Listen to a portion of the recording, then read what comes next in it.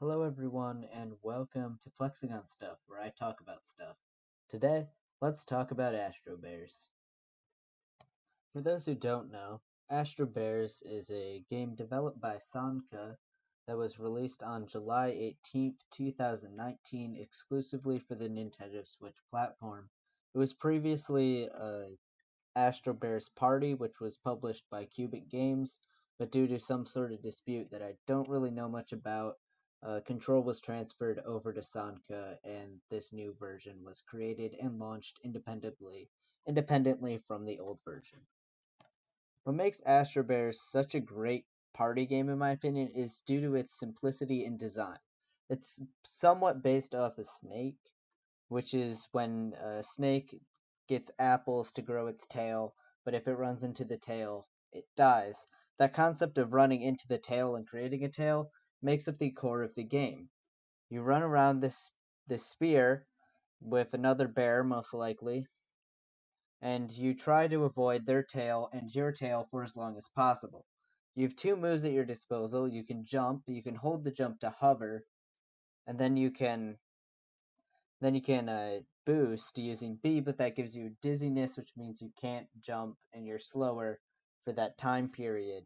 This means that you only have a couple strategic options, but it makes it very simple for new people to jump in and play and grasp the concept immediately, which is perfect for a party game where you don't want to spend like 10 minutes talking about the rules of the game. It's what makes something like Mario Party such a good game because it's basically a basic board game that everyone has played before with simple mini games that people can understand, which makes everyone want to play it at parties. The same thing regarding simplicity in design is true for Astro Bears.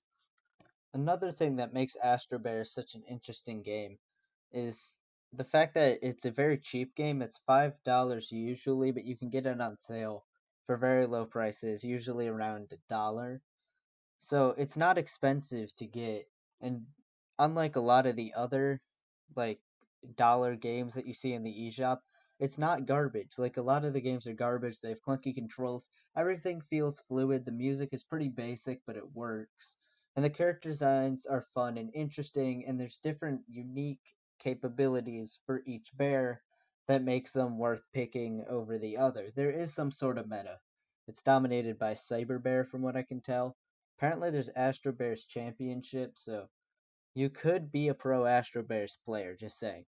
And so, like, it's that simplicity, but the fact that there's some semblance of skill, which allows it to also be somewhat of an esport, which I guess you could say about Smash Bros.